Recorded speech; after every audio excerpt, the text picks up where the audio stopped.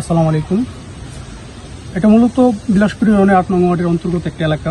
আপনারা দেখতে পাচ্ছেন যে এই অঞ্চলে অল্প একটু বৃষ্টি নামলেই জলাবদ্ধতার কারণে মানুষের চলাচলের মারাত্মক সমস্যা হয়। প্রায় 1 মাস যাবৎ হচ্ছে এই পানির জলাবদ্ধতাগুলি এখানে থাকার কারণে মানুষ, বিশেষ করে হচ্ছে শিশুরা বের হতে পারে না, কোনো রোগীর নেওয়ার প্রয়োজনে তাৎক্ষণিক নিতে পারে না, তারপরে বাজার সদাই এগুলো তো খুবই সমস্যা।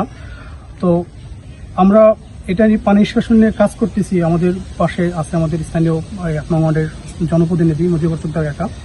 তো ওনারা মূলত একটা প্রকল্প হাতে নিয়েছিল যে এখান থেকে হচ্ছে নদীর পার পর্যন্ত স্থায়ী একটা সমাধান পাইপ বের করে দেওয়া, কিন্তু সেটা ওই সেনাবাহিনী কাজের বাধার কারণে আমরা এটা করতে পারি নাই।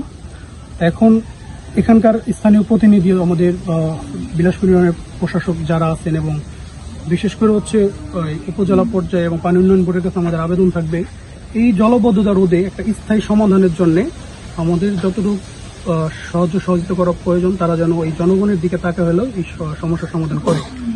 ইতিমধ্যে আমাদের বিলাসপুর ইউনিয়নের যে নতুন প্রশাসক, প্রাণী সম্পদ মন্ত্রণালয়ের প্রধান শামীম ভাই, তিনি আসছিল। তো তিনি দেখে গেছেন, তিনি আশ্বাস দিয়ে গেছেন তিনি জনগণের সাথে এই সব সমস্যার সমাধানের জন্য কাজ করবেন।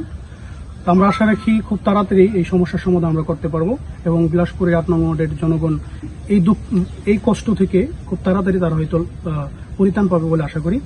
আর সাথে সাথে আপনাদেরকে ধন্যবাদ জানাই, আপনারা এই নিউজটা সবার কাছে পৌঁছে দিন যত আমাদের এই সমস্যার সমাধান।